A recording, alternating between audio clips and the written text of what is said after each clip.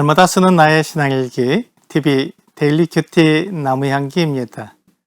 오늘은 요한복음 6장 52절부터 59절을 묵상하겠습니다.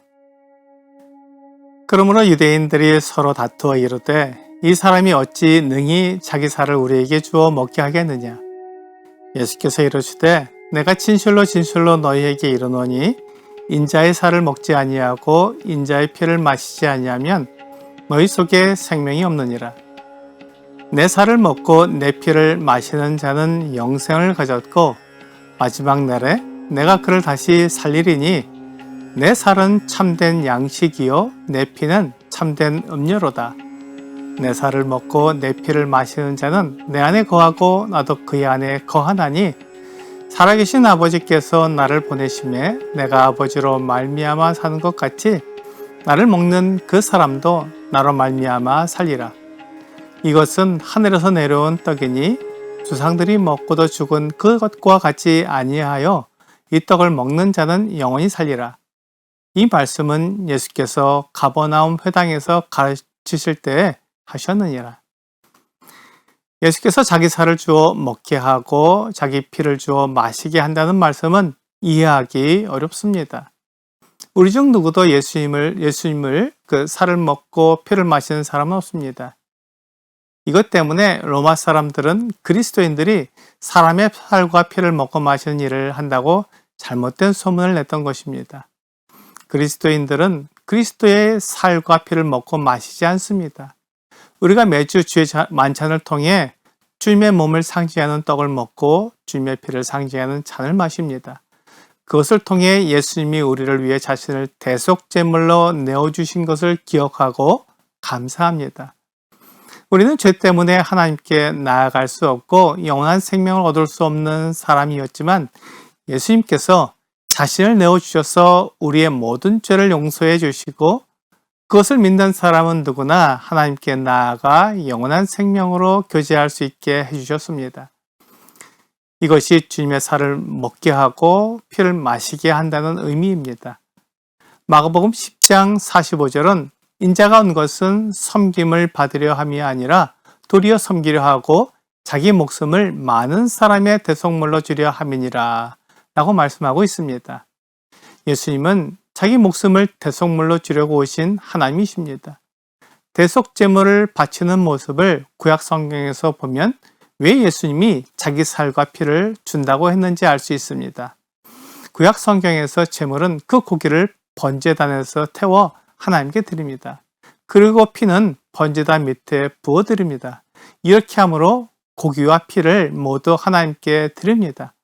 제물의 죽음이 제사를 드리는 사람의 죽음과 동일시되며 제물의 피가 제사 드리는 사람이 흘린 피와 동일시되어 하나님 앞에서 제사 드리는 사람의 죽음을 나타냅니다. 레위기 17장 11절은 육체의 생명은 피에 있음이라. 내가 이 피를 너희에게 주어 제단에 뿌려 너희의 생명을 위하여 속죄하게 하였나니 생명이 피에 있으므로 피가 죄를 속하느니라 라고 말씀하고 있습니다. 예수님께서 자기의 피를 우리를 위해 흘리신다는 것은 우리의 죄를 속하기 위해 흘리신다는 것을 의미합니다. 그러므로 예수님의 죽음은 우리의 죄를 위한 죽음이며 그 희생을 통해 우리의 모든 죄가 용서되고 하나님 앞에서 의롭다 칭함을 받게 되는 것입니다. 우리가 결코 의롭지 않지만 예수 그리스도께서 나를 대신해서 죽으셔서 내 모든 죄를 용서하셨으니 하나님이 나를 의롭게 보시는 것입니다. 이것이 하나님께서 제물을 통해 우리를 의롭게 하시는 것입니다. 로마서 4장 3절은 이것을 이렇게 말씀하고 있습니다. 성경이 무엇을 말하느냐? 아브라함이 하나님을 믿음에 그것이 그에게 의로 여겨진 바 되었느니라. 아브라함은 사람이기 때문에 실수와 잘못 그리고 죄를 지을 수밖에 없습니다. 그는 결코 자기의 힘과 노력으로 하나님께 의롭다고 인정받을 수 없는 사람이었습니다. 그렇지만 아브라함이 하나님을 믿었습니다. 하나님이 그를 의롭다고 하시는 것을 그대로 받아들인 것입니다.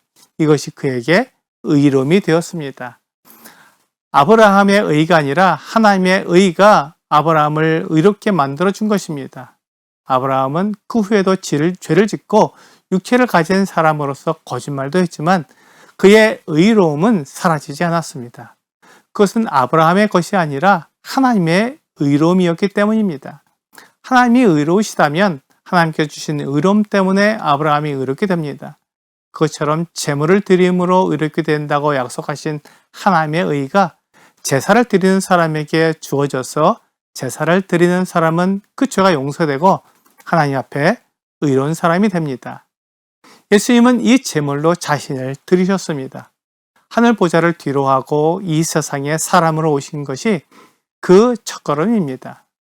이제 예수님은 자신을 사람들에게 내어주셔서 사람들로 예수님이 가지신 의로움을 덧입게 하실 것입니다.